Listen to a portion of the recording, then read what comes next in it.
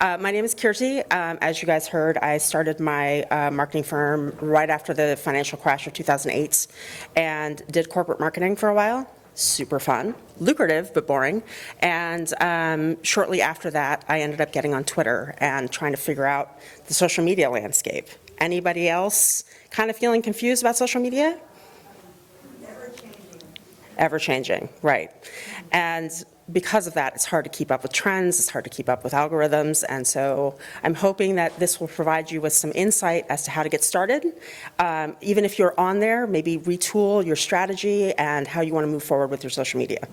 So, so some of the things that we're going to cover today are: why should you be active on social media, you or your business? How do you take action? And how do you generate the most impact from having a presence on social media? So before we get started, let's see who is on Facebook. Okay, who's on Instagram? Threads? Okay, TikTok? All right, and then Twitter or X? Okay. Twitter was my favorite. I'm very sad. So I'm not on Twitter anymore, I'm on Threads, but just kind of want to get a little bit of a gauge as to who's doing what. For those of you who aren't on TikTok, can you tell me a little bit about why you might not like it? Or like it? Yes? I'm scared to death of it because I have no idea what I need. Okay. I need instructions.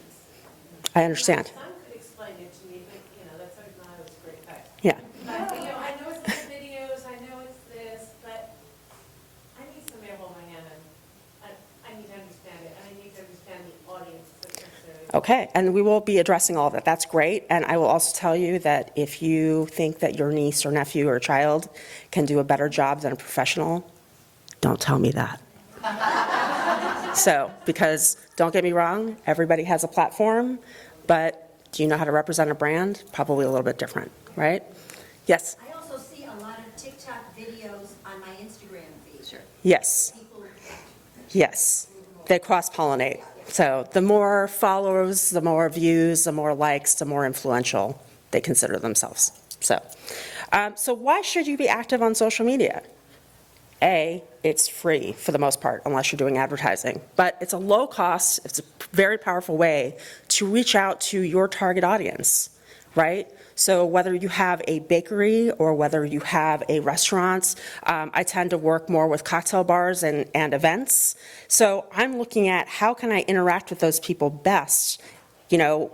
What are those people? So for me, I'm looking at people 21 and over, hopefully with some disposable income, which is kind of tough these days, but trying to inform them to be like, hey, we want you to come in. So this is a great way for you to tell your story. Marketing is not about what you think people want to hear about you. It's what you think other people out there want to know about your business. So, if you have a business where you are making cookies and maybe you make specialty cookies, you're going to be looking for newly engaged brides, things like that, where you're creating something special for an event. So you're going to want to interact with people from bridal shows and things like that, and maybe do some collaborations. So this stuff can be easy to do, but how to do it, right? So great marketing on social media can lead to great success, and it creates great brand advocates. And how does that happen? By being authentic. That is the biggest thing that I'm going to try and drill down during this, because you can put up a picture of a cookie and be like, yummy cookie. But if you tell a story, say, for example, you have a bride that, like for me, for example, I got married early in the pandemic, April of 2020, and I had a friend who baked me a cake, and she posted about it and said, I went from having a wedding, planning a wedding at the Fairmont to planning a wedding in my best friend's backyard with 8 other people there. And she brought over the cake masked, and it was like, this is really special because they're doing something different. And she got to tell the story, which then led her to get 5 other elopement cakes during the pandemic within a couple of months, because she was telling a story. It wasn't like, look, I made this cake, I'm amazing. It was, look at this cake I made, this couple is going through this, they're having a pandemic wedding and they're trying to do it as responsibly as possible, right? So she told the little story that then people were like, oh, well, she's being cognizant and considerate. Maybe I want to have that person if I'm getting married this year. right? And then I also felt compelled to share what she created because it was special and it was amazing. And it made our wedding day feel a little bit more like a wedding instead of a very hot afternoon in Scottsdale. So why should you be active on social media? It's going to drive traffic to your website. It's going to increase your brand mentions. You can raise funds. Like if you're working with a nonprofit, for example, if you're telling your stories, people are going to be compelled to connect and they're going to want to interact. Like look at all the things that are happening with the hurricanes in the South right now. You're seeing these stories of people who are unfortunately by no fault of their own, they're suffering and struggling, and so they're telling those stories, and what happens? You see that and you're like, you know what, I can donate $5, I can donate $10, you know, and they're making an effort to help you connect so that you can see the story, you can see their mission, you can understand that when you donate that 5 or 50 or whatever amount of money, that what it's going to and how it's going to help, you know, and showing, kind of having a campaign as you start planning all of this and saying, okay, well, this is what I want to do. These are the cookies I created. This is the thing I've raised funds for. This is the end result. These are the cookies at the bridal shower. These are how the funds were used that you helped us raise. Think about how good that makes you feel, right? You want to make your audience feel good so that they're engaged with what you're creating. And that creates brand loyalty, and that's also really authentic. So easy, right? You're like, I'm selling something that I created. I'm selling a service that I put together and make happen, and this is how it happens. So you have to think about, you have to think about what is your cause, what is your product, what is your service, what do you want people to know about it, and how can you show people what you're doing. So one other thing, these slides are for your reference, and they can be available for you afterwards. I don't really go according to the slides. So, and if you have any questions, please raise your hands. My trusty friend Susie over here will come over to you and hand you the mic. So you can also share news and events. You can promote events. I love using Facebook events to promote and give out information as frequently as possible so people can engage, right? Show them what things look like in the past. If it's a first-time event, what can people expect? You know, what can you try and channel and create for people to look at so they have an understanding of what they're going to experience when they're at said event. So you can also build your email lists. Anybody here have email newsletters? Do you have good success with that? Yeah? And what do you normally see from an email newsletter?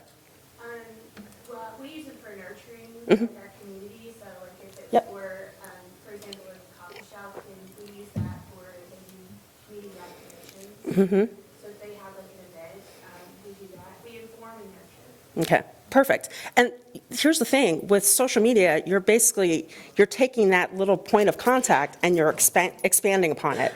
And in the last year or two, email newsletters have gone through the roof, like with Substack and Constant Contact and all of that. So keep that in mind as something that's a little bit more of a long-form way to reach out to your audience. So how do you get started? You want to identify your target audience, then determine which social media networks you want to use. Here's what I'm going to tell you. Pick 2 or 3 social networks that you want to be active on. Don't try and do everything. Like if you are doing some kind of craft or some kind of art, yeah, Pinterest is great. But does that work for TikTok? Not necessarily. And if you're scared of TikTok, you're not going to use it. I don't like TikTok personally. I'm a little too old, I think. But think about what you're comfortable using. Like everybody pretty much in this room raised their hands with Facebook, right? It's a known entity. Yes, it's irritating, but it's kind of a necessary evil.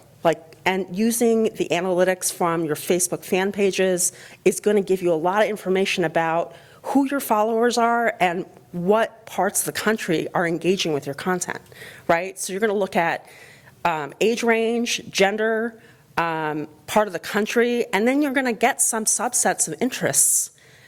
For people who like a lot of pages and they engage with a lot of them, you're going to see some of that. And that's going to give you a little bit more insight as to how to market. So use that free tool and then select the social networks you want to be on. And Instagram is also really easy, right? You make sure you have everybody's handles in there. You can cross-post to Facebook, which if you do that, make sure you tag the brands correctly on Facebook, so it's not just Instagram handles that don't translate. So get started with your 2 to 3 social networks. Post 2 to 3 times a week. You don't have to post every day. You don't have to post like 3 times a day. Like I had a potential client that they were like, yeah, we want to have like 4 reels a week and we want to have 3 posts a day. And I was like, what? Nobody's that interested in seafood. Like nobody. Or tacos. Like, look, I love tacos, but how many tacos can I see in a day before I'm like, you know what, I'm done. So think about how you want to be marketed to. Look at some of the accounts that you really like to follow. What are they doing that you enjoy so much? I mean, granted, I follow a lot of cat video accounts. That's not here nor there. But I'm not looking at those. I'm looking at the brands that I am up against. What are they sharing? What are they showing that people are engaging with, that they're interested in? Use that as a guide, and then you're going to start planning out your content. So it's going to take time to build up a following that's actually really engaged with what you're doing. Don't get frustrated, because basically when you start a new account, you start a new page, you're basically in a big empty room saying, hi, who wants my cookies? And nobody cares, right? And it can be really disheartening, but hold on and keep doing that. Invite your friends to look at your pages. Right? I mean, it seems a little MLM-y, but it's not. They can unfollow, but if they like something, so say, for example, I post something on my Facebook page and Susie likes it, and say she's got 4 other friends who don't follow my page, they're going to see that Susie Tim liked this. And that's going to help my reach. So think about it when you're working with friends or helping them out. You're like, hey, can you go like this Facebook post for me? You're doing them a big favor. And also, it helps if you have similar interests, which is why you're probably friends with that person, right? So think about all of that. Also, what works for one business may not work for your business. That's a really important point, because I have a lot of people that are like, but this person has 115,000 followers. And I'm like, yes, but they make genital cakes, and you make wedding cakes. So it's a little bit different, right? So you have to figure out what. I did not know you were going to say the word genital. Well, there you go. I was being scientific, okay? But there's going to be, I've worked with a variety of different cocktail bars, right? And so there's some that are really genteel and lovely, and it's like having tea on a Sunday afternoon. And then there's others that I've worked with where they're up until 3 in the morning, there's people dancing on the bar and doing layback shots, which I'm too old for that too. But I'm going to market very differently, right? I'm not going to get the same audience. I'm not going to have the same demographic, and I'm also not going to market the same way, because if I try and do the afternoon tea situation with the party bar, that's not going to work. And I can't do the party scene with the garden bar situation. So I have to work on my content. I have to work on what things look like. And it might take you time. It might take you a month to be like, you know what, I don't really know if I like the way that these photos look. Figure out what looks good to you. Figure out what you like, and you're going to be more inclined to post if you like the content you're talking about, right? Like if I made you do a TikTok dance right now, you would run out of this room screaming, right? Run out for a drink. All I have is water, I'm sorry.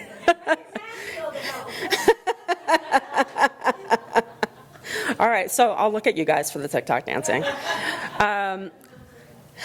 So this is a quote that I tell a lot of my clients, which is, I'm a big fan of less is more.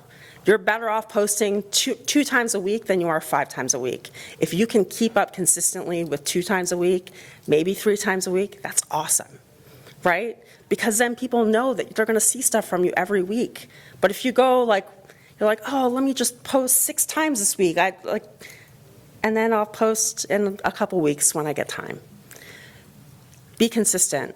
Your audience is going to be looking for that kind of content. They're going to be looking at you for, maybe somebody's following you and they're like, hey, I have a friend that lives in this other city. Do you have anybody who can create this thing or provide this service? We have a great network right here with DOMs. And you can be like, you know what, I know of a DOM in, let's go with Nashville. who can create that thing for you, and here's her information, and then give them a heads up, which is awesome, right? We're looking out for each other while still building community. So think about it that way. Yeah. Yes. Yeah. Can you explain the complexities of posting to stories to your grid as well as reels to promote like a campaign? So I like to do a kind of a ramp up to the campaign. So I'll use, I work with Arizona Cocktail Weekend, so I'll use that as an example. So we will have ticket sales going on middle of November. So I'm starting to do save the date, remember this event last year, remember that other thing, remember this brand tasting that we did, and then it'll be like, tickets are coming up in a week. And so is that stories or is So you start with a save the date on your grid, because that stays, and you can pin that, which is great.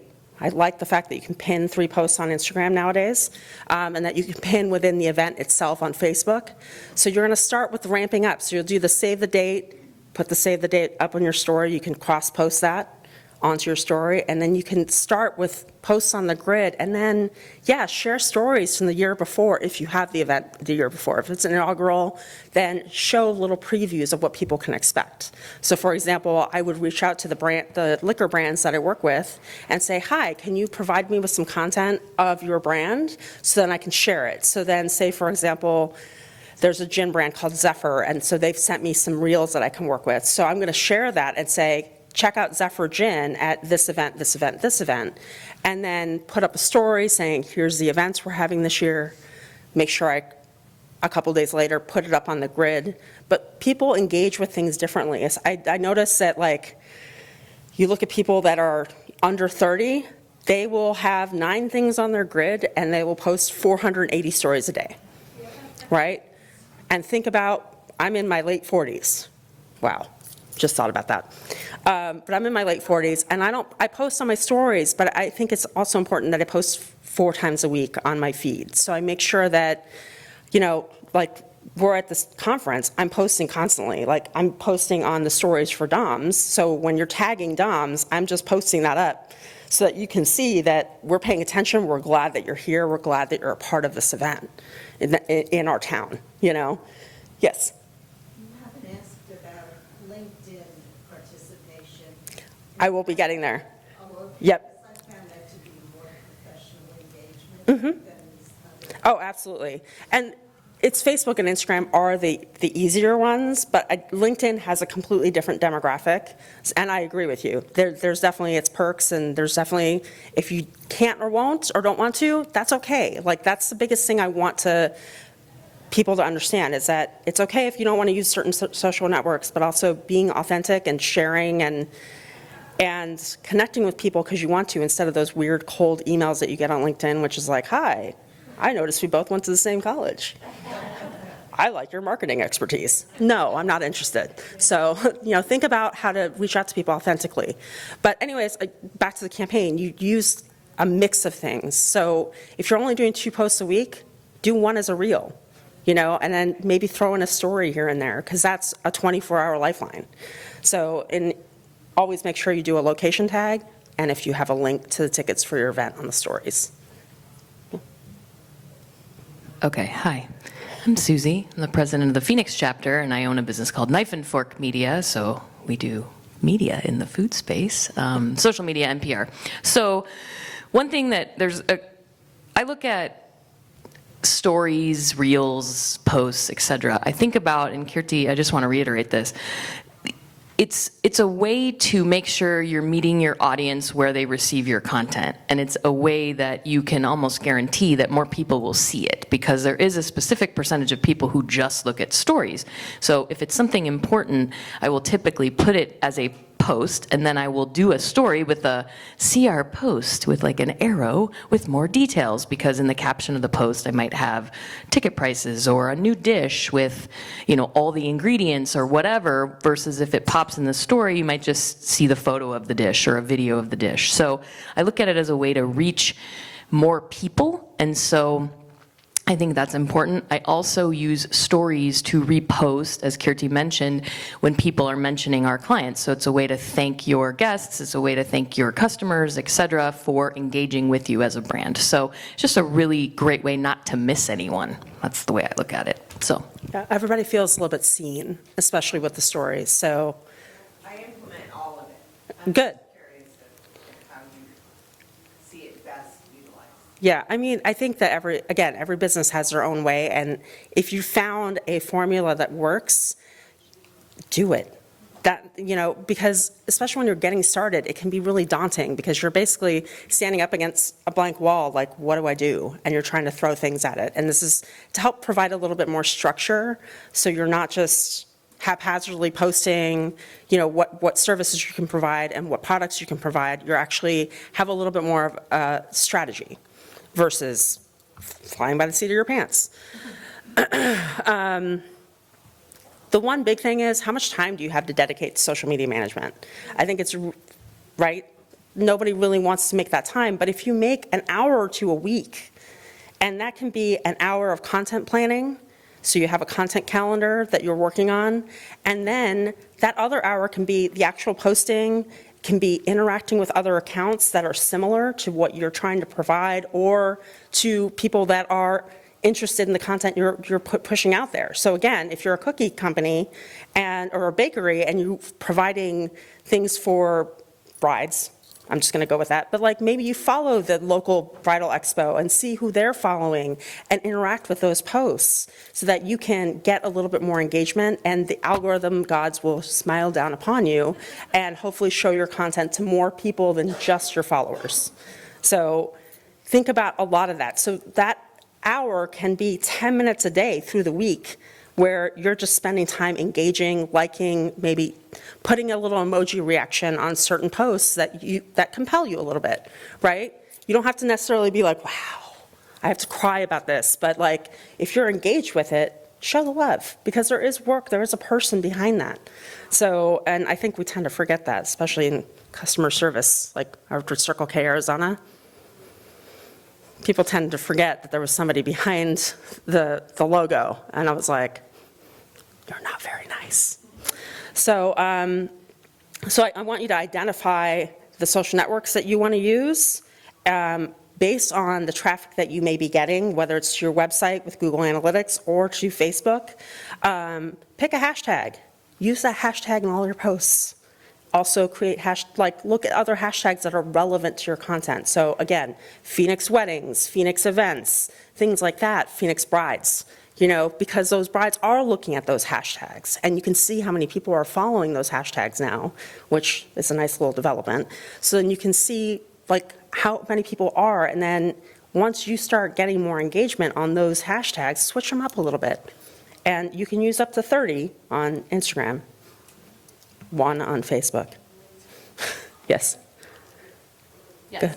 Go ahead. Regarding hashtags, do you feel it's more impactful to always use a hashtag or the at Sam? So those are two very different things. So the hashtag is more of a subject category, whereas the at symbol is you're mentioning a different brand or business or person. So like, for example, for this conference, it's La Dame's either international or PHX, right? But if you're going to say, well, I'm in Phoenix, then you'd use hashtag Phoenix. So that's saying, like, giving you a geographic region, which that's a really good thing to keep in mind. But also you're going to be interacting with other people on that Phoenix hashtag. So here you would always want to do the, what do you call it? the at, Lady Dom International in order to have them see it too. Yep. So- Yep. But if you don't do that, if you just do the hashtag, they may not see it. Well, yes, that's correct. So, yeah.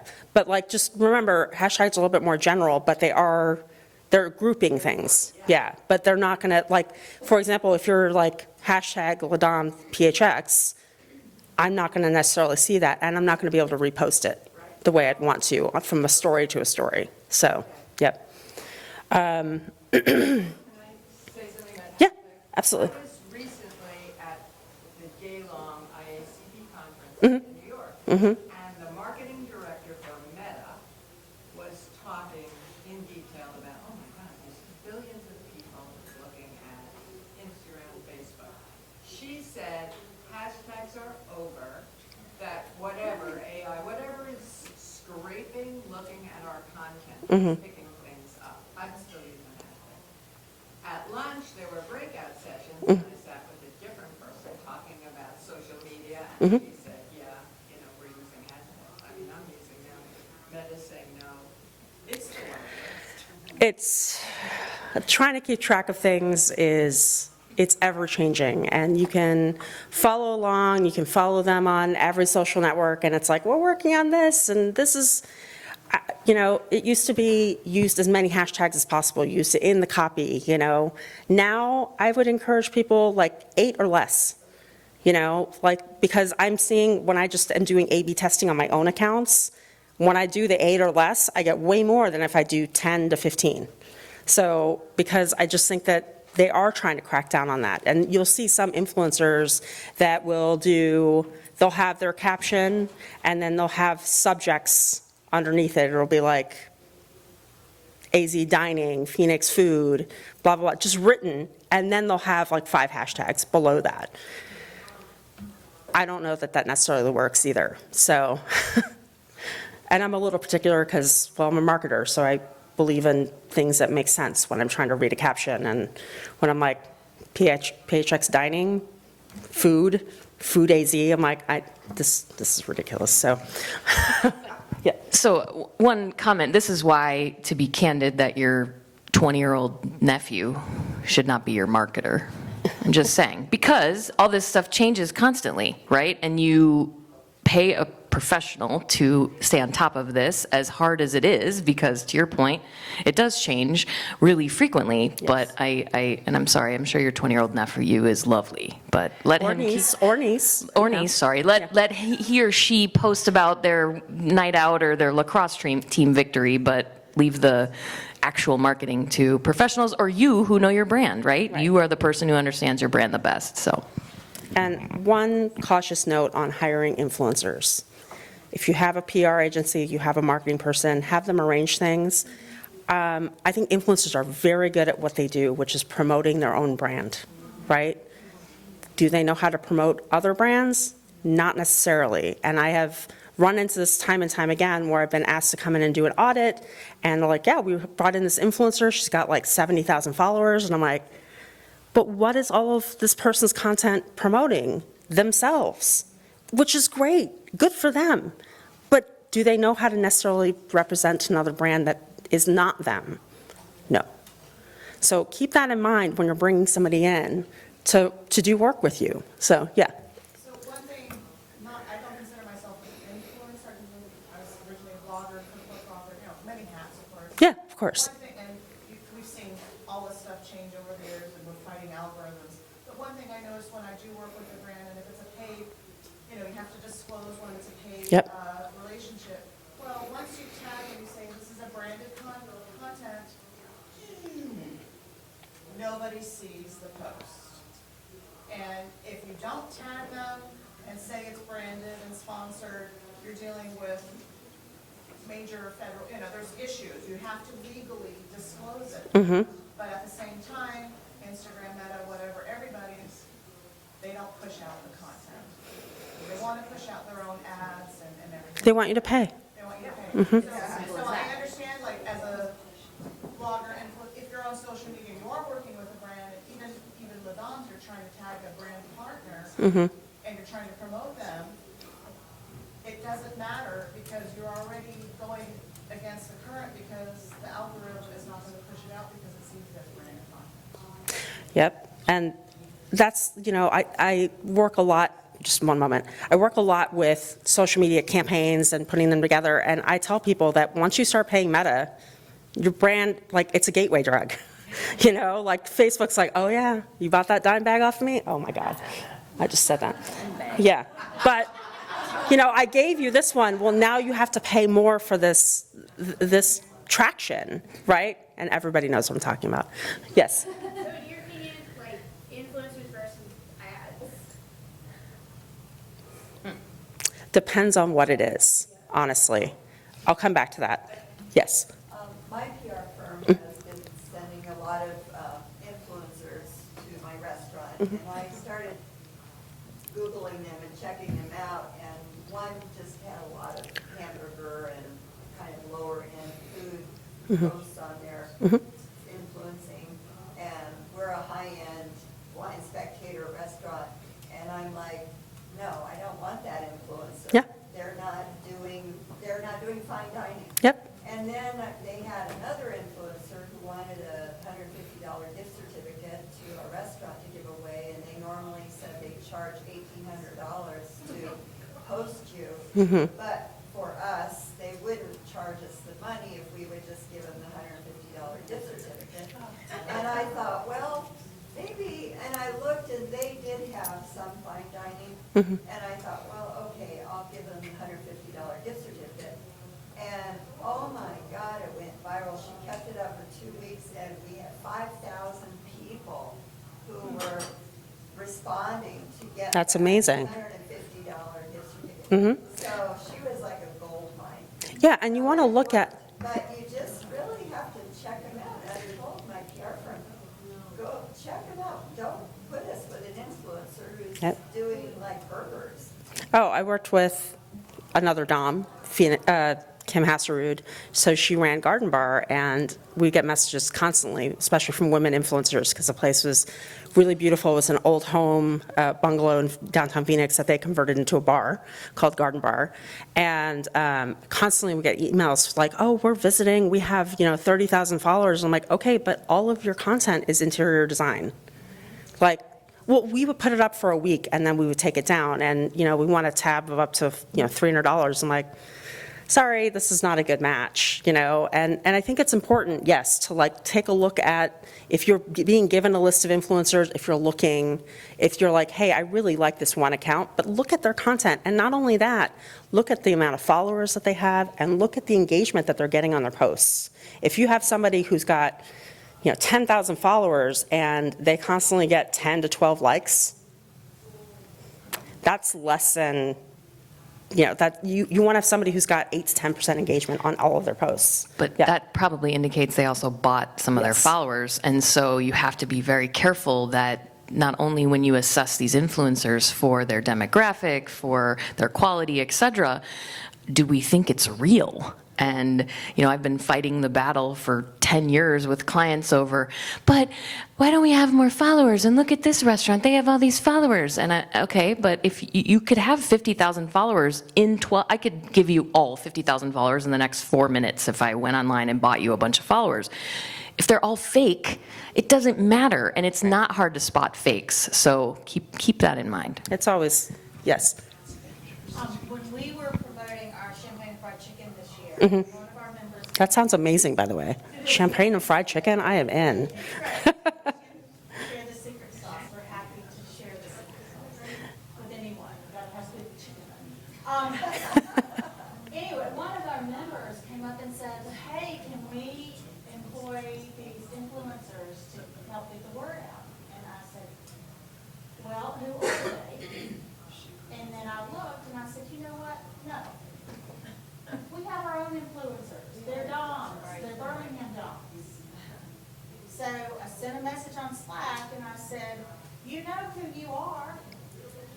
Get the word out. You are our influencers. We're not paying you, but we need you to do this. Sales through the roof. Right. You want to engage the community you have that's existing to start. Sure, if you're, Passionate about it already. right, exactly, because they're working on it, you want people to attend. But yeah, if you're 3 weeks out and your ticket sales are, 40% below where you want it to be, maybe, yeah, look at having an influencer, invite them in. Hey, we'd love to have you in. One of the things I like to do, come in, I'll get you a set of tickets. Here's a set of tickets to give away. And that helps them, that helps us. So with Arizona Cocktail Weekend, it's really wonderful to team up with influencers, because while it's a global event, people locally aren't always aware of it because it's very industry specific. So think about all of those things. If you are in a place where you're a month out from an event and you're like, okay, well, this is our goal for 3 weeks out, what do we need to do to get there?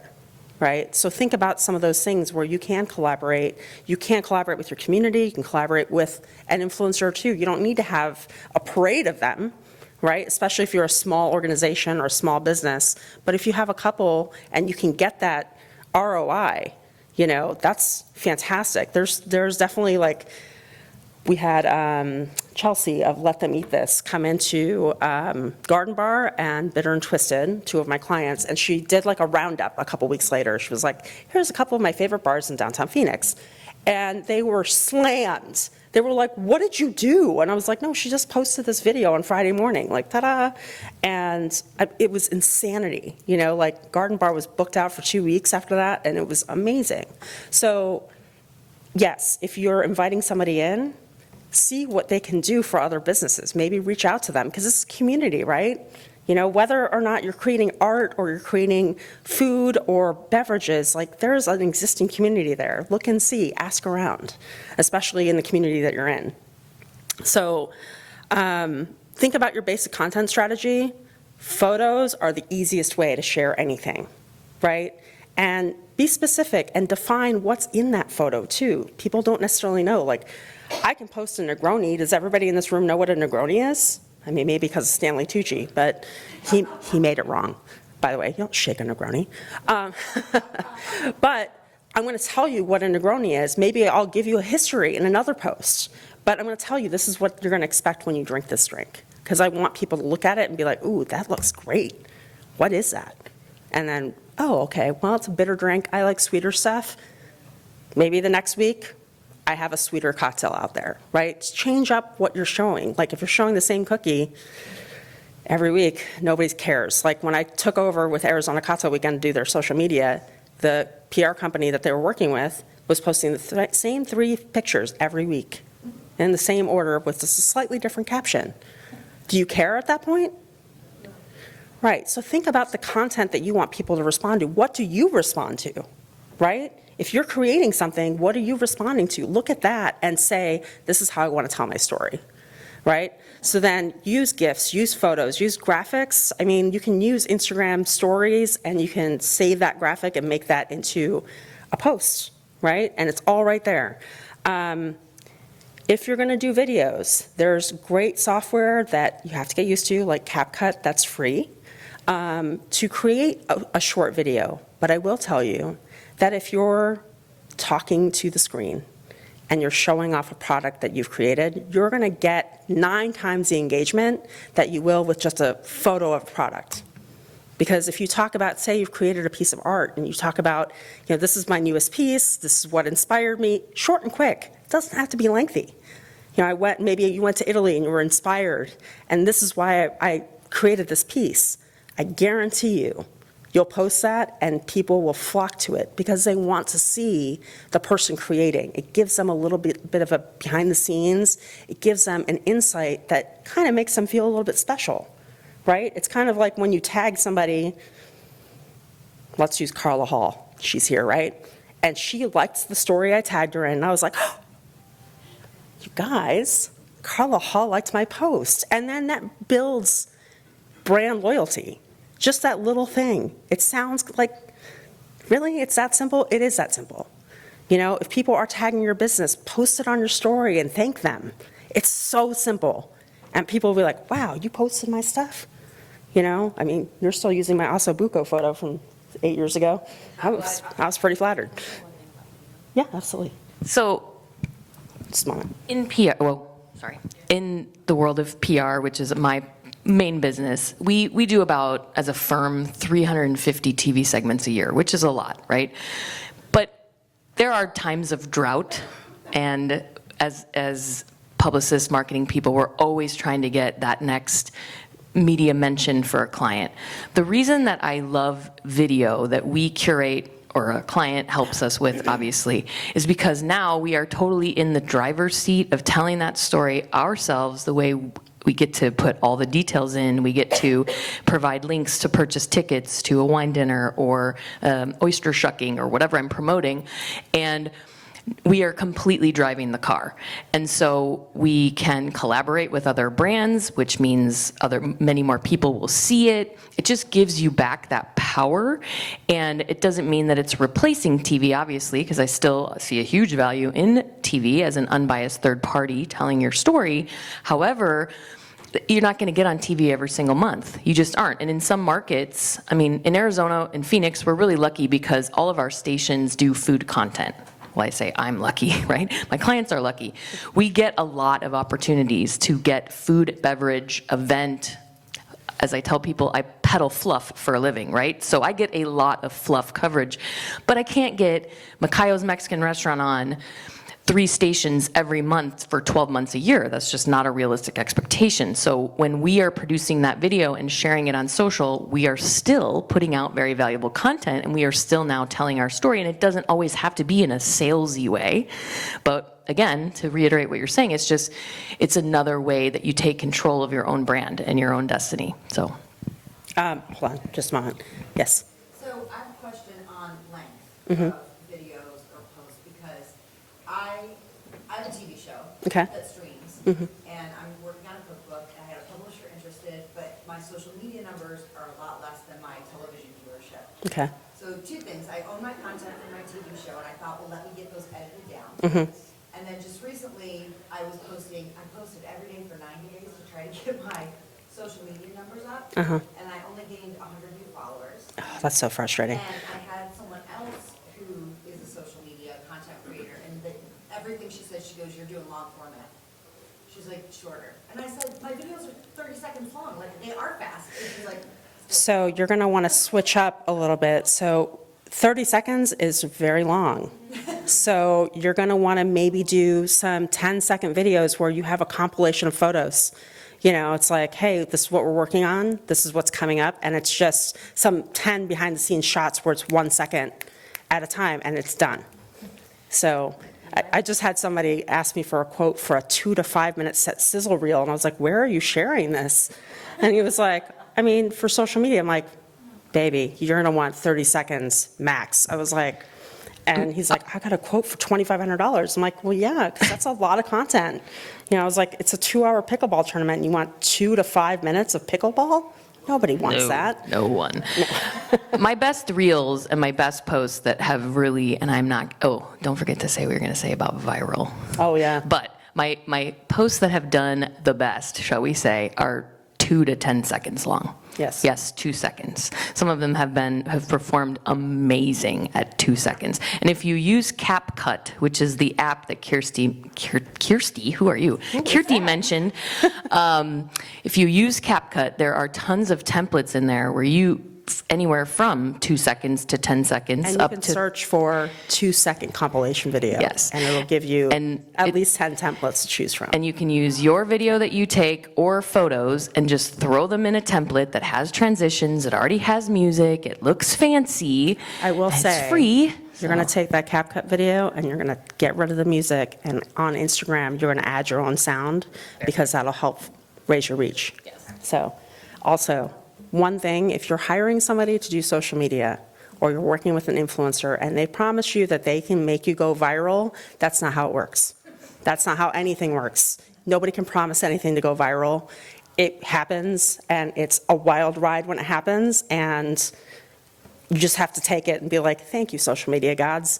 But most of the time, you're probably going to run into like the 230 views mark where you're just like, oh, 230 people saw this, that's it.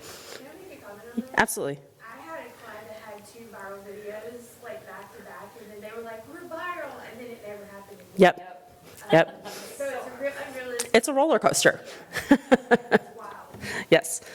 Yes. In my restaurant, we innovate our menu seasonally, Mm-hmm. and we have a culinary contest with our student cooks who are. Oh, that's awesome. at Culinary schools. Mhm. And we are the judges, my executive chef and me and a couple of managers. And I kept saying to my PR firm, we need to do more video, and I think we ended up, I just said to the young cooks, can I video you? Mhm. And you speak your name, what you're doing, and what your inspiration is, your creation you're putting before us. Yep. And I'll video it, and we'll send it out. and they all gave permission. And they were like 18-year-olds, really creative kids. And so the video, they did edit it down to maybe 5 seconds, 8 seconds, but them describing what they're creating. And they won, and we put it on our menu. And how'd it go? And it's like super. People feel invested. They're part of the story now. Yeah. So, yeah. And I think, but instead of me waiting for my PR firm to come and film it and tell me what I need to do, just get your iPhone out and do it Yep. yourself. Yeah, I mean, and honestly, some of that content goes off way better than a professionally edited, beautiful, perfect thing. So it's very different.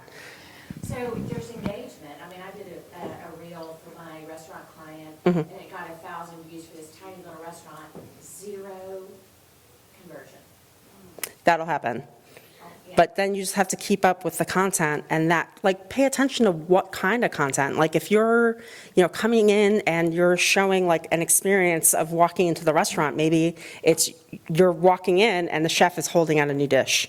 And it's like, this is blah, blah, blah, and then end it. And, that kind of stuff, when people have an expectation of they have an idea of what they can expect, they're going to be more invested in following along and seeing what else you're going to share.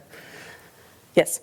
Just picking off of the conversion idea, how would you recommend tracking that? Oh, so marketing is telling a story to get people's attention. It's not sales. So I've definitely had people where like, if I hire you to do social media for 90 days, how many reservations can I expect? That's not how this works, honey.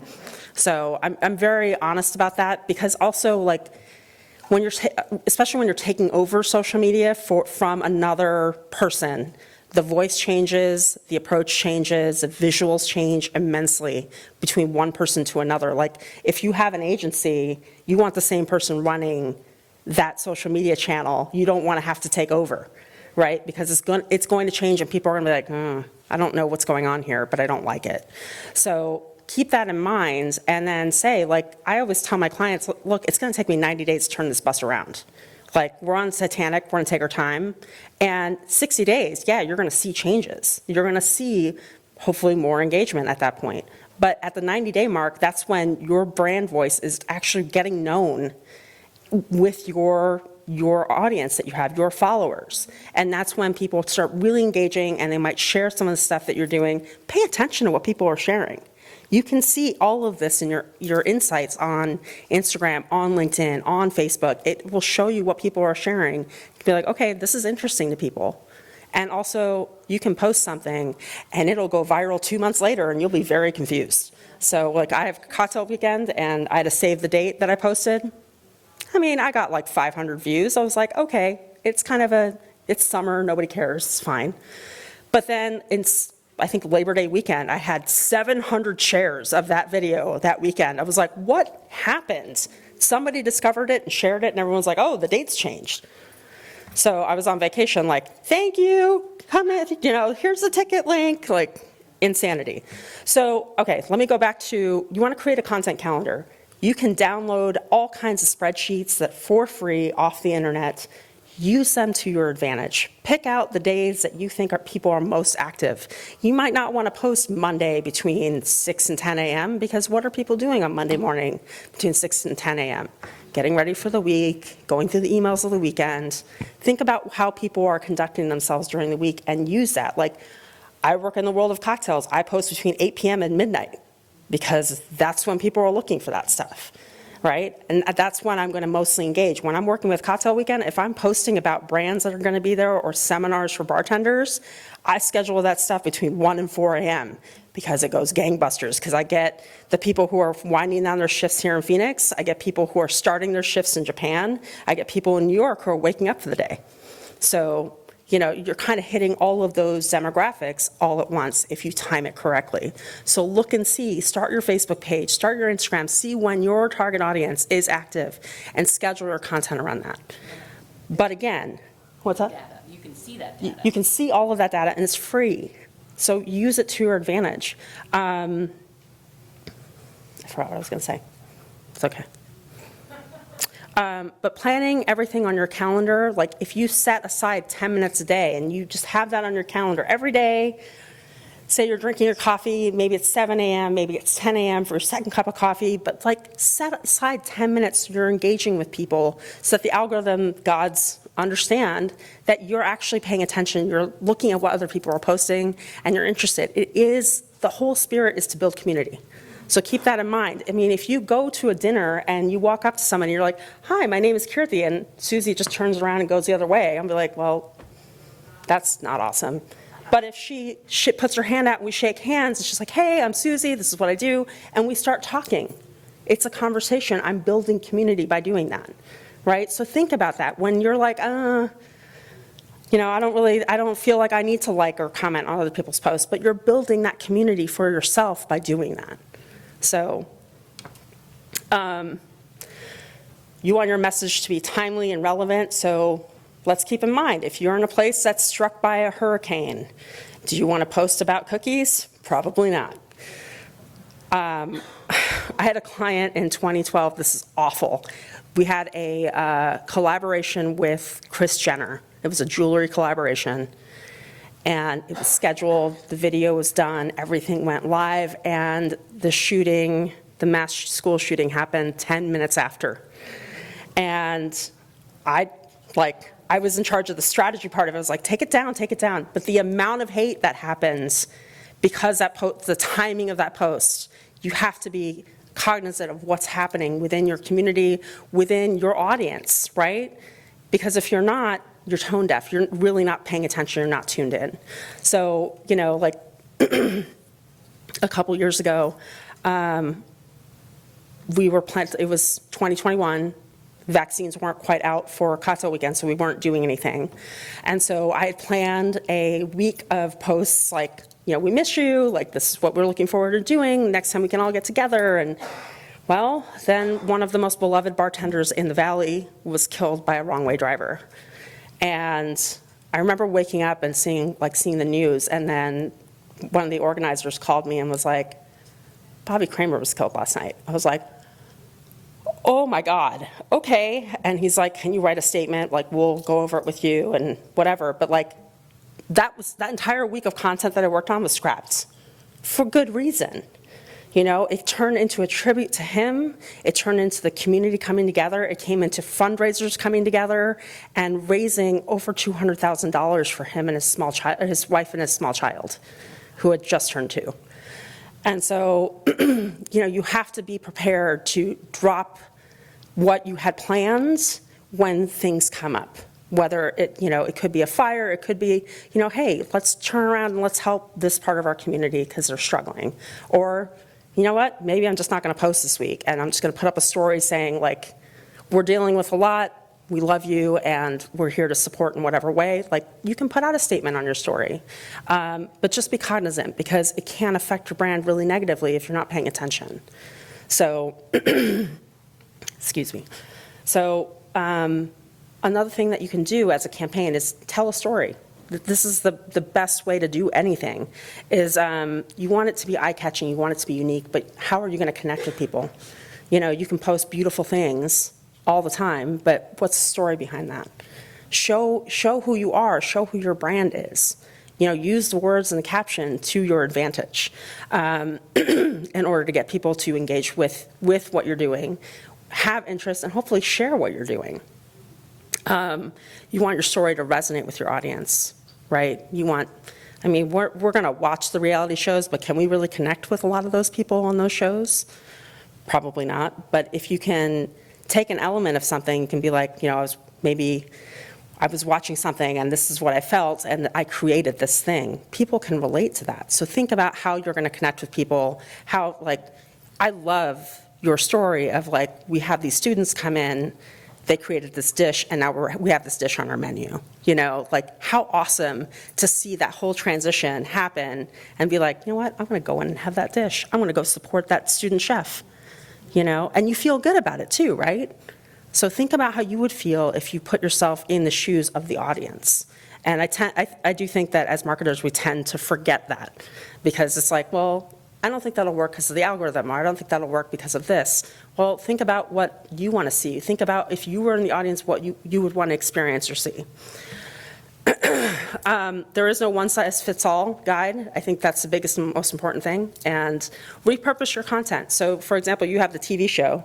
So use snippets from your TV show. Maybe you have a great little quote in there. Maybe you have a guest that comes in, and it's like, hey, we're going to be talking about self-help today.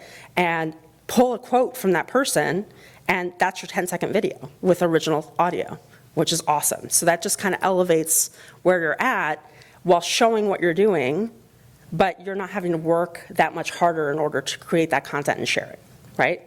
So, all right. So you were talking about LinkedIn, which is kind of its own, the approach there is so different, right?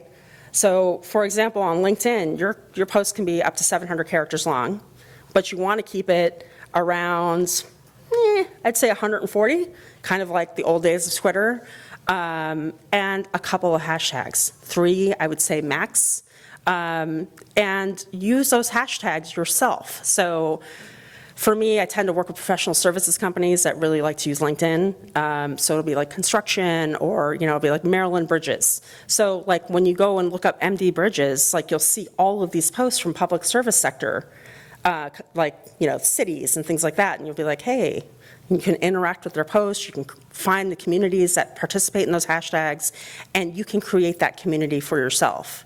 So for professional services, LinkedIn is great. Does anybody here use LinkedIn and love it? Okay, does anybody here use LinkedIn and hate it? It is a necessary evil. Like, you do want to have it up there because, again, like, I have a friend who's a corporate event planner, so she does, golf tournaments and, sales trips and everything, and she, is constantly looking for vendors on LinkedIn. So vendors for things like, we have pretzels and popcorn in our hotel rooms. So she's like, okay, I'm looking for vendors in the Sacramento area that are doing this. That's such a great way to get your product in front of a lot of different people and get brand loyalty that you ordinarily wouldn't have gotten because, well, the corporate planners don't have time to necessarily be on Instagram and be like, all right, well, who's in Sacramento that does, specialty popcorn? No.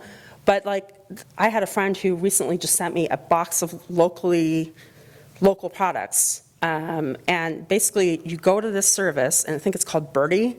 And yeah, and it's so cool. It's all these local products I'd never heard of. And they have all of these vendors as part of it. And you just click and say, this is what I want. And they'll create a box. They'll be like, okay, you have 8 things or you have 4 things. And they'll box it appropriately. And it comes with a great card. And I was like, I've never even heard of these products. She's like, neither had I. But I was like, I think she likes these flavors. So we have a thing of prickly pear caramel popcorn in our room that I'd never heard of before. And I was like, this is really good. I'm going to buy some more. So, think about those things and those opportunities, especially with the buyers of Birdie. So, yes. Just saying. Yeah. Like Dom uses LinkedIn, a lot of the chapters do. International does, with save the dates, with announcements, with intelligence, professional intelligence. It's not just about construction. No, absolutely not. Lawyers are all on it. It's not about how do I get a job. It's all about imparting information, Yep. knowledge, leadership, suggestions and recommendations. So to me, it's become a lot more comprehensive and intelligent than it used to be. I would agree. And I think that for professional services, professional organizations like DOMS, it's a great resource for information if it's used, right? There's a lot of, again, this is why I really am stressing, pick your 2 to 3 social networks that you're comfortable with. And yeah, you can be engaged with those groups, but not necessarily post your own content. That's fine, But I do agree that it's such a great place to get information, high-level information. It is a professional networking site, after all. So, Yeah, I was just going to say, I use LinkedIn more for research than posting or self-promoting.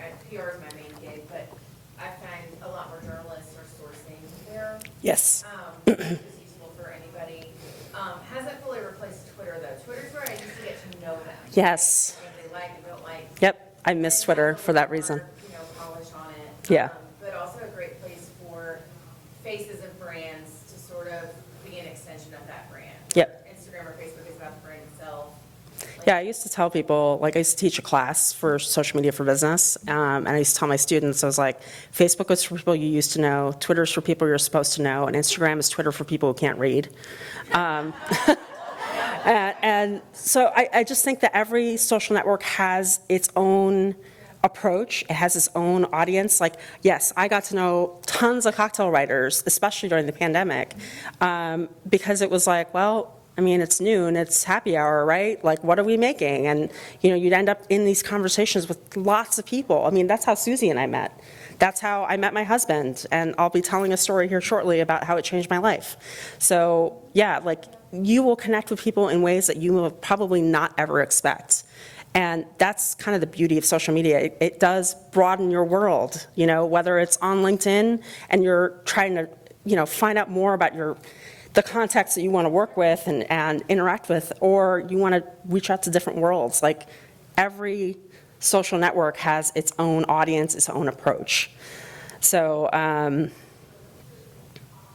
social media is a dialogue. Again, I go back to engagement. Like, let's not forget, you want to create a conversation. You want to ask people questions in your posts, like, what's your favorite flavor of cake? You know, things like that, where people want to actually interact with what you're trying to say. You know, you can have quotes, you can share stats and facts, you know, like, you know, most people, you know, from engagement to wedding is this long. Like, provide some of these stats so, like, when you are reaching out to certain target audiences, that you're providing them information about the world, like, industry that you're in, right? So you want to be informative but approachable. So you can use infographics, but talk about it genuinely. You know, like, infographics like this are not super great for me to engage with anybody. And when I started on Twitter, this is what I shared. I was like, 4 ways to use Twitter effectively. And nobody would like my post. And then, you know, but you can say, like, these are like 3 ways that I use Instagram, and this is why I think it's cool. You know, show that side of your personality. You don't have to be overly formal. Like, yes, you definitely want to be on LinkedIn, unlike some of the men who slide into my DMs on that site. But you don't want to necessarily be dry and boring. You can share graphics like this, but have your personality shine through, because that's what people are going to connect to. You know, like, I've never advertised for my services or for my business. It's all been word of mouth. And, like, I know I've referred tons of people to Susie, because I also know that she's going to seal the deal and they're going to be happy with what services she provides, right? So think about all of those things. Think about how you can, A, seal the deal, but also how you can engage with people so that they want to interact with you and they want to learn more about what you do. So explainers or tips, recurring themes. So, like, for example, if you work with a nonprofit, maybe you have a volunteer team. So every Tuesday you do a volunteer spotlight, you know, and you talk about their interests and things like that. Post about your events. And also, maybe you share testimonials. Maybe you share some cool reviews about your restaurant or the things that you have done, so that people can get to know what they can experience, whether they're at your venue or they're employing your services. So a behind-the-scenes look at your work is always fun. So one of the biggest parts of content that I get the most interaction on with any of my events or cocktail bars is watching people prep. You know, getting events set up. They're like, wow, I get to see this before it goes live. This is super cool. And they also get a lay of the land.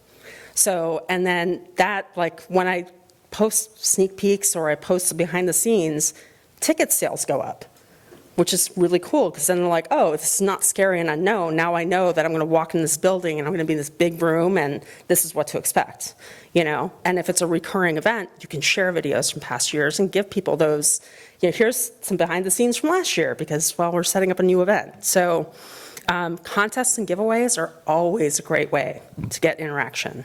So, but make sure that you study up on the rules of giveaways, especially on Instagram and Facebook, because they will happily ban your content. Yeah.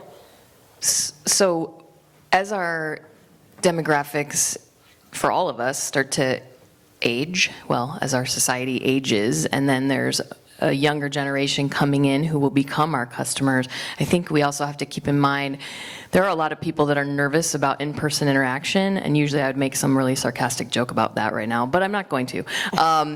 So just remember, like, if you can give a behind the scenes to let people know what to expect, it will make them more comfortable.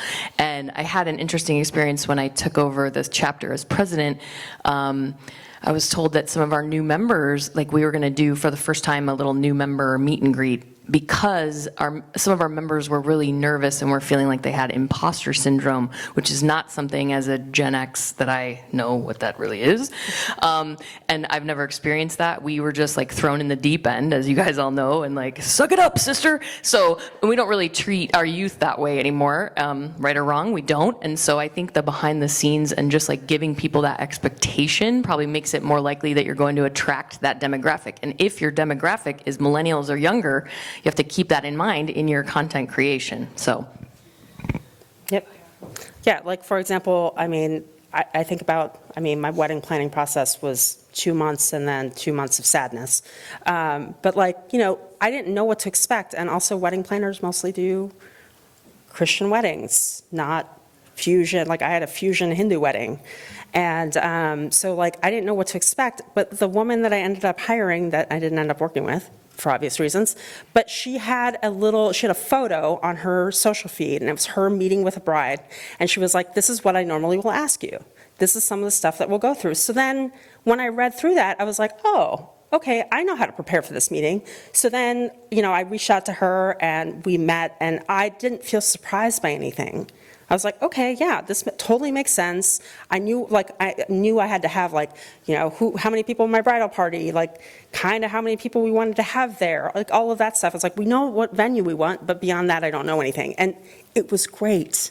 That little explainer was so simple, but it did so much to relieve my anxiety, because I had met with all these people who were like, I've never worked on an Indian wedding. This is going to be fun. I'm like, no, I don't want that. That's terrifying. So I'm like, I've never gotten married before. Can I please do this the way I want to? Like, not. So think about those things. Like, if you can provide insight to potential customer clients, do it. You know, it doesn't have to be a long video. It can simply be a photo. Like, this woman's photo was her sitting on a couch with a cup of coffee and a clipboard with a potential bride to be on a couch. That was it. And then it told me everything. So think about how simple that was, but how much information I got out of it to make me not feel hesitant to make that call. Because every time I was contacting a wedding planner, I was like, no, yes. Thinking about like captions, like we're in this 2 to 15 second, you know, distraction of people not being able to watch a video. Like, thoughts on a caption link or how much information, because it went from like it's a mini blog to now we like put puns in here. So I think it also depends on your brand, but I do think that it's good to have like one informational post every 4 to 5 posts, right? So when you're going to have an informational post, that is going to inherently be longer, because you're providing information, you're providing insight.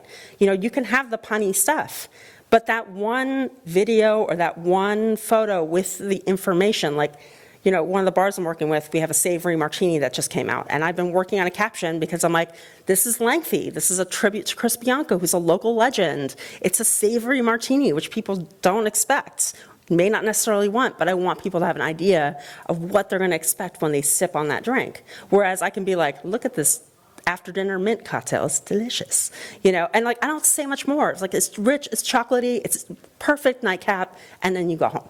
You know, so most captions should be maybe 3 to 5 lines. But when you have an explainer one that's every 4 to 5 posts, that's great. Use that, capitalize on that, and people will interact with it because it's a little bit different, right? So easy way to create engagement, post at least 3 times a week, ask questions in your posts, like and or comment on posts in that community, whether it's LinkedIn, whether it's Instagram or Facebook. Again, you can use up to 15 hashtags on Instagram posts, but I would say 8 or less at this point.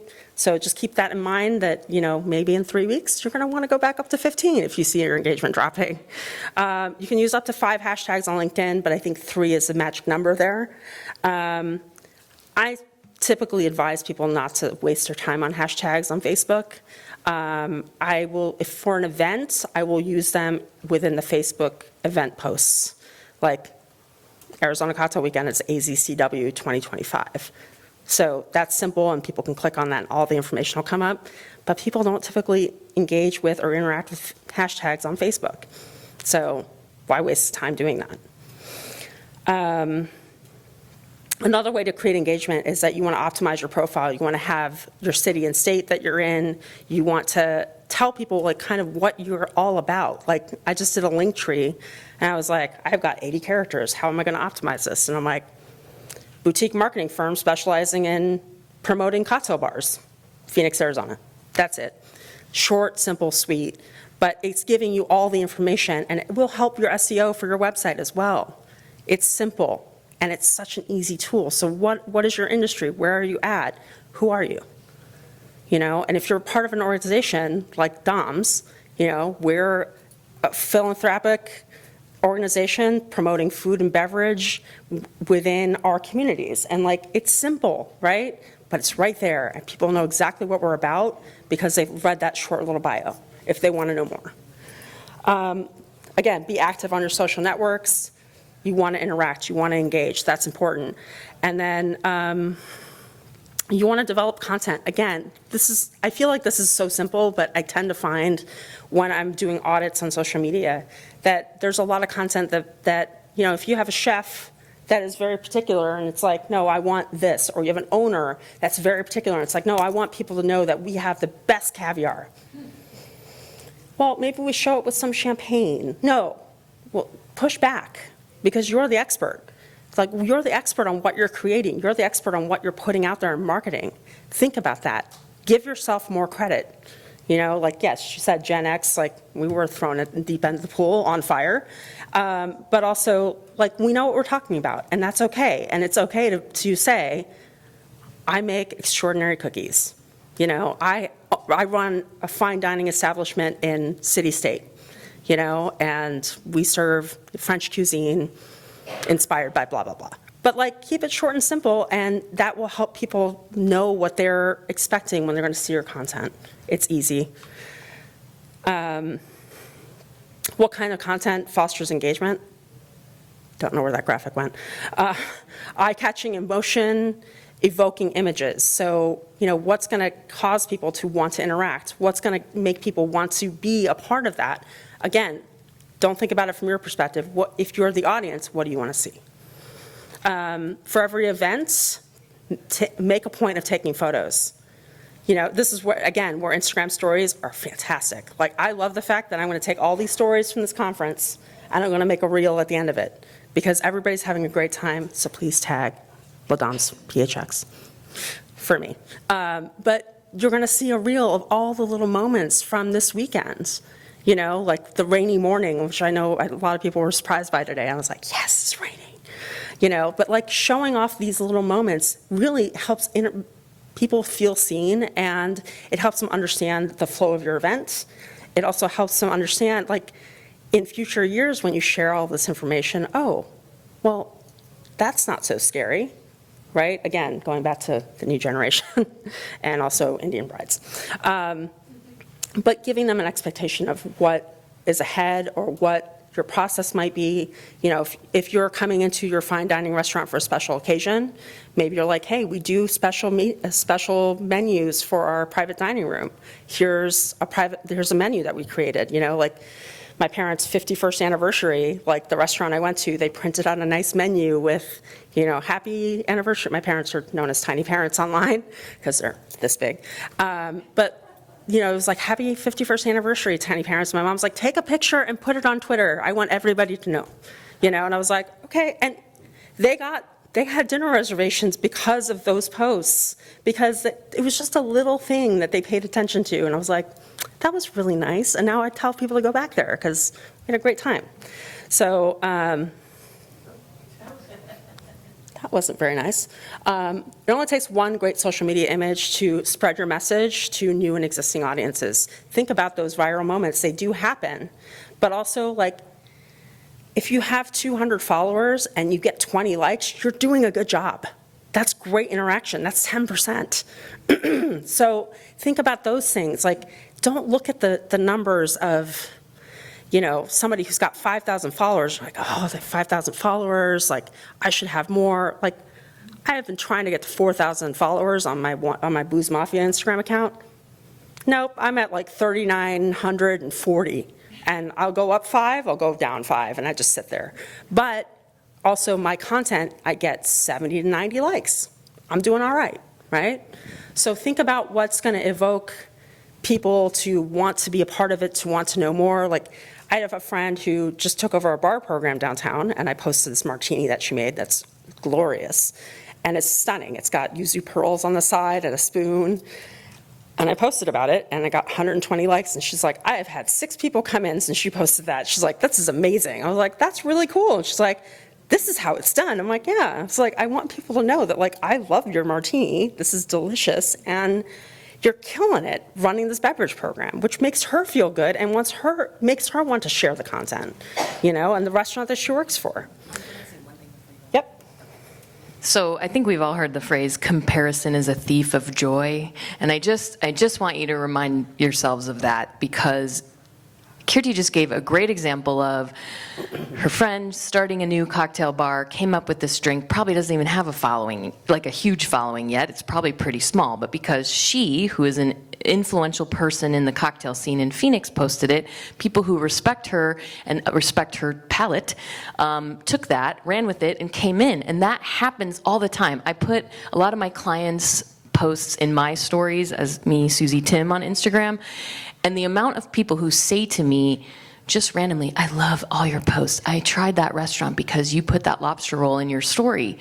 Well, don't discount the power you personally have, or that people you are friends or colleagues or whatever with have. It doesn't always have to be the influencer, and you certainly don't have to have hundreds of thousands of followers to impact your business by any stretch of the imagination. So let's get past the comparison and really just hone in on a strategy that actually works for your business, your personal customized business. It is not one size fits all by any stretch. And if you take anything today, just remember that, as Kirti has said over and over, it is about the right demographic, the right target audience, the right outlets, and the right content. And you are the only person with your PR firm or your marketing firm or whatever who can do that. So, yeah.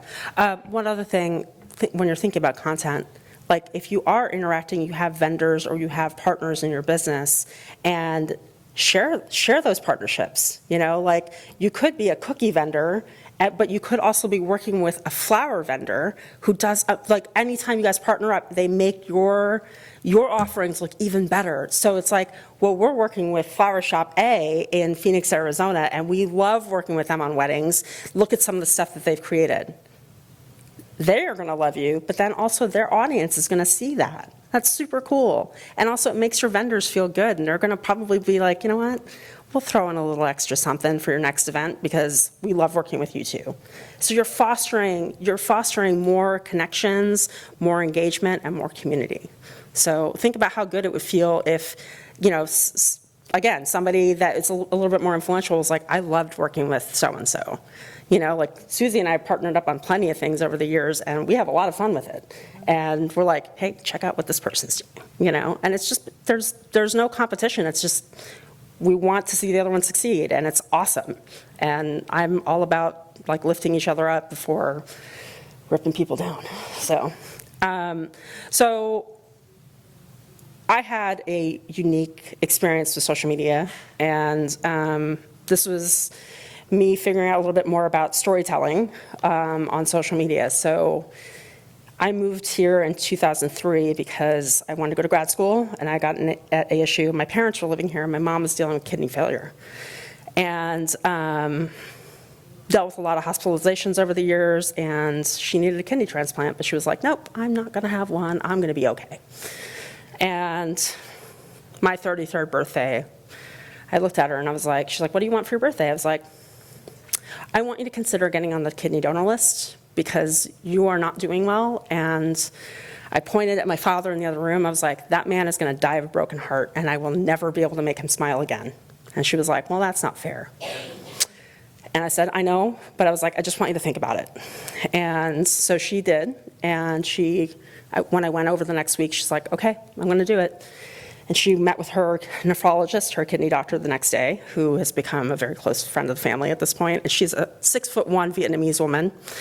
And she was on her little doctor's stool, you know, doing the stethoscope thing. She's like, so, Mom, have you thought about getting on the donor list? And she's like, yes. And Jean was like, my 6'1" ass almost fell off my doctor's stool, because she's like, she had been saying no for 7 years. And it finally said yes. And, well, I got tested, and I had damage on one of my kidneys, so I couldn't donate. And my father was too old. He was 71 at the time. So we're kind of like, all right, well, what do we do? Asian communities are notoriously tight-lipped. They don't like to share any kind of difficulties or hardship or anything like that. And they also are the lowest demographic of donors in the world. Blood, platelets, organs, everything. It's like, I think out of all the donors, like 3%. So really, and like, so nobody likes to talk about anything. So I was like, okay, look, are you okay if I put up a Facebook page and we'll share the journey of you testing and all this stuff? And Dad's like, nobody's gonna give her anything from Facebook. I'm like, okay, look, what else do we have? I was like, we can go to our Indian community and everyone's gonna be like, haha, good luck, you know? That's not a super, like, when you share health issues, people are like, yeah, you should have made better decisions. It's not like, oh, that sucks, you know? So I was like, we're not gonna get that, so maybe we try a different approach. And so I started a Facebook page called Kidney Disease and My Tiny Mother, and this is in the end of 2010. And I started sharing, and I reached out to a number of folks that I knew that were doing PR on Twitter, and I said, hey, I started this Facebook page, would you mind retweeting this link so that I can get more eyes on it? Because I think I had like 400 followers or something on Twitter, not many at all. And so they did. And I ended up having to have emergency surgery, and I was at my parents' house, and somebody was like, hey, how's Tiny Mom? Because she had started some new meds, and I was talking about it. And I was bedridden, and so I was like, yeah, she's not doing great, but you know, she's my mom, and she's taking care of me, so she's rallying. And a woman who followed me on Twitter was like, hey, I just saw your mom's Facebook page. What are you looking for? And I said, we're looking for somebody with B or O blood type who doesn't have children, because my mom didn't want anybody who wanted or had children in case they had to give their kidney to their descendants. And she was like, well, what do I have to do? And so I gave her the number to Mayo Clinic's donor, to our donor coordinator. And I tumbled out of bed as best as I could, and I hobbled out to the living room. My mom was not feeling well. And I was like, I think I may have found a kidney donor. My dad's like, what? And my mom sat up and she's like, oh, this is it.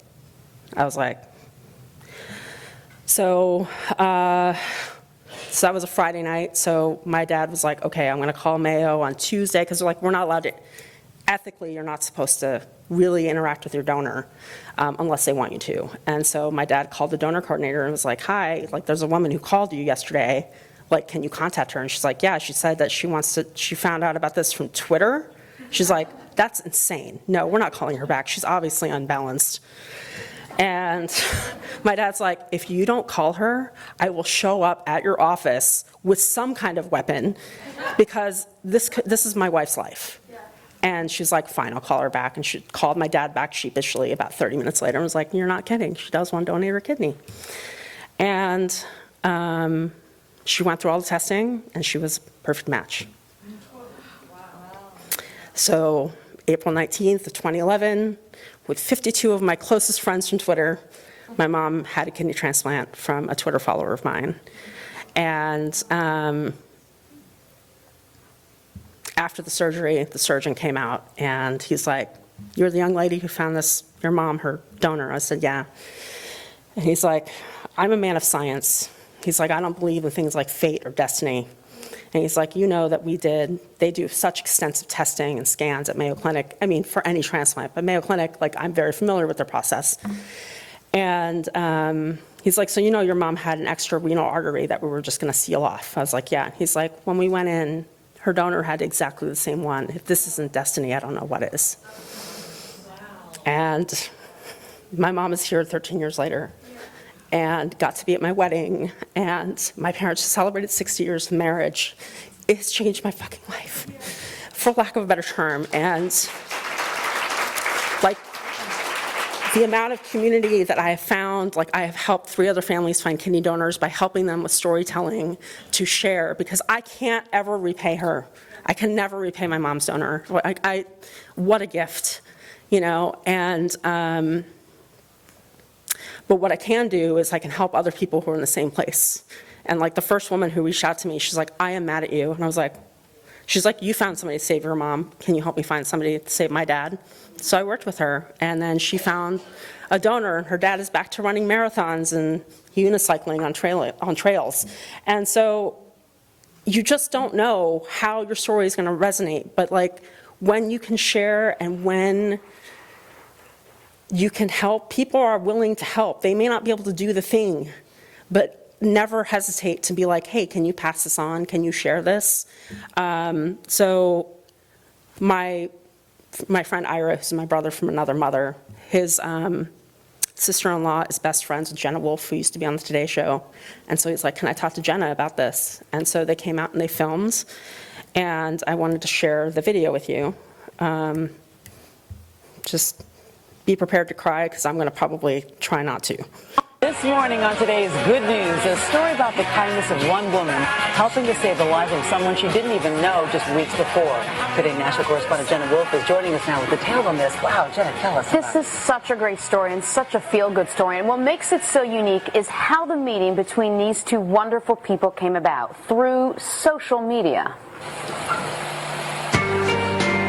It's Thursday night in a Duavetti household. Typical weeknight. Mom and daughter cooking dinner, catching up, trading tips, and trading barbs. My mom and I are very close. She's everybody's friend. She's everybody's mom, and I'm proud that I have a mother like that. We're going to get your weight and your temperature. But the last 10 years have been anything but easy for Anu Duavetti. She's been suffering from kidney disease, and 7 months ago, her health took a turn for the worse. Facing a lifetime of dialysis, she was in desperate need of a kidney transplant. How helpless did you feel as her daughter watching her get progressively sicker? It's hard. It's hard to see somebody who is so active and so caring not be able to get up out of bed. And it was hard for me to watch, you know, to see her hurting, and I want her around. I want her to be healthy. Kirti was scared and quickly running out of options. A social media addict, she kept friends and family informed about her mother's health through Facebook and Twitter. I was like, I'm not a doctor. There's very little I felt like I could do, but I said, you know, if I start a Facebook page, maybe we can find a live donor. Did you ever in a million years, when you were creating this page, think that someone was just going to come out of the blue and say, here, you can have my kidney? Absolutely not. I never thought that we would be able to find somebody that would be willing to be a donor, let alone a match. But she did. Within days, one of Kirti's Twitter followers, Amy Donahue, sent an email that would change her life forever. What made you read a Twitter post about her mom going on this kidney list? It was just an instant reaction. I just figured I could help. And I don't know if I'm a match or anything, but at least I can try. Well, go ahead and have a seat. Why would a healthy young woman want to go through this for a stranger? The main reason that I really forged ahead was that my father died of cancer about 8 years ago, and she can get a kidney and feel better and prolong her life, give her a better quality of life. There was nothing we could do for my father. I could not give blood, I could not donate a kidney, part of my liver, nothing. Amy then told Kirti something she'll never forget. Amy said to me, I have 2 kidneys and you have 1 mom. Let's do this. Were those some of the most beautiful words you have ever heard? Yeah, I can still hear her saying it to me. At every point, on every level, she's been a match. I feel like, you know, this is destiny in its purest sense.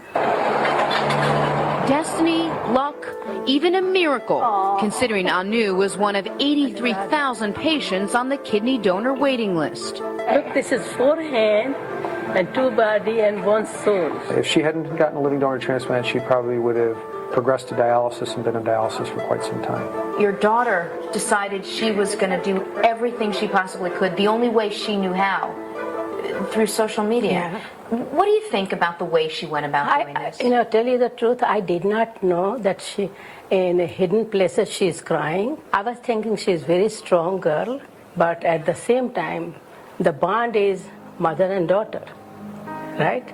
And it's with lots of love. I love her so much. Amy and Anu are out of surgery. Hi. The kidney donated, a life saved. How will you ever spend the rest of your life thanking this woman who has decided to help your mom the way she has? I think that Amy knows what I feel for her in my heart, and I'm grateful for that. She's saving my mother's life. Come on, baby. I don't think that thank you really covers it.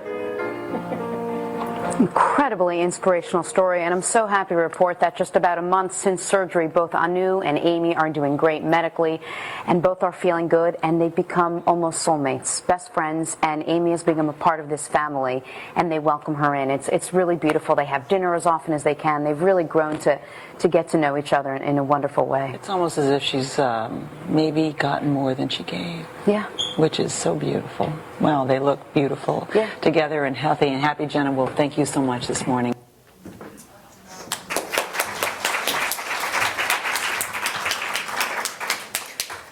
So yeah, my mom now has cancer, so we spent the 13th kidney anniversary in the hospital. But it was kind of cool because the transplant team came in to meet her because it was the same surgeon and new students, and they were like, "You're the first social media kidney transplant." And I was like, I'm Tiny Mom, I'm famous. So I'm going to put these slides up here. I'll figure out a way to make this presentation available to all of you. I am on Instagram as Dia Marketing or Booze Mafia, and if you want to send me a message there, I'll happily send you the Google Drive link to this presentation so you can have all of the bullet points and all that, and if you have any questions, let me know. I think International can push that out as well. Okay, great. When they push out the link. Yep. Too. Perfect. And we wanted Suze to talk about her business briefly and just how people can get in touch with her. That means I have to stand? Okay. Anyway, well, I just thank you, Kirti, and thanks for making me cry. It's the first time I've cried in like 6 months. I'm not even kidding, so thanks so much. Anyway, but we just are really grateful to everybody who came to this session. We are very honored that you guys all registered and made us feel really good. But like I said, I'm the president of the Phoenix chapter, and I own Knife and Fork Media Group. So sounds like you could use a new PR firm. I'm just saying. I'm just kidding. Anyway, and Kirti and I have done so many fun things together. We had a series going for a few years, the mac and cheese throwdown and the grilled cheese throwdown, and we would bring chefs together. Started on Twitter. And we met each other in 2009 on Twitter. So, and we've met so many people, and she did say she met her husband on Twitter, and she meant it. I met her husband on Twitter too, but not in the same way. But anyway, so the power of social media is exponential, and hopefully that was driven home with that lovely story there at the end. So thank you guys. Okay. Sure. Threads, you mentioned Threads. Yes. New, and I don't want to leave this session without you saying something about it. It's not replaced Twitter. Is it worth it? Do I go down the other? Okay, so a lot of people that have big followings on Twitter or on Instagram went over to Threads and have no idea how it works because, well, Twitter, it's text-based, right? Like you are interacting, you are creating community by actually sharing thoughts and having conversations. And if that's something that you enjoy doing, do it. You can only do one hashtag on a thread. But maybe you basically follow people that you want to follow and see how interactions happen so that you can get more comfortable with it. I think it's great. I definitely have made more connections on there. Again, kind of like what this young lady was saying earlier is that, yes, on LinkedIn, you can follow writers and you can interact with them, but Twitter was where you got to see, you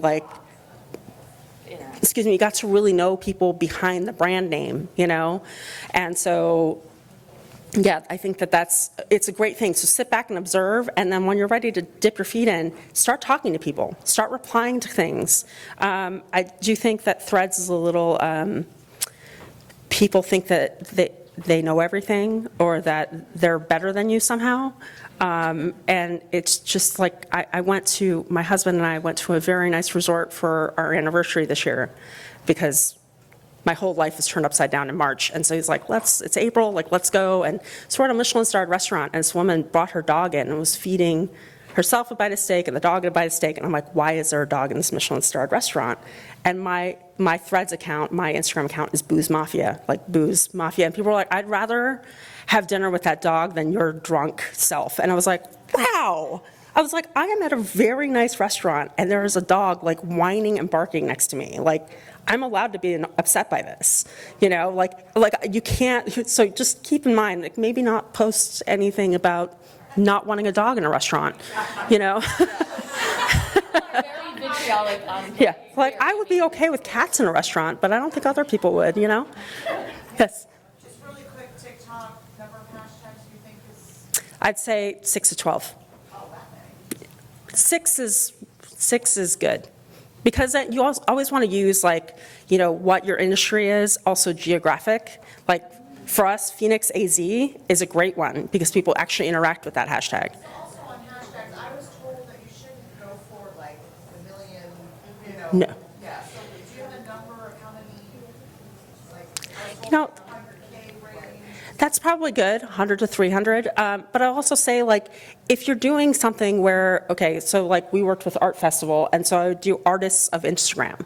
Yes, there's 5 million followers, but artists actually follow that and they interact with them. So like that helps a lot. So you may have some niche ones that have millions of follows on that. Yeah, maybe throw one of those in there. Just a good mix of stuff. Like, you're not going to want the hashtag that you've created that has, like, when we got married, my friend Ira was like, Chobani weddings, because we had to have yogurt as part of one of the ceremonies. I'm like, this hashtag does not exist.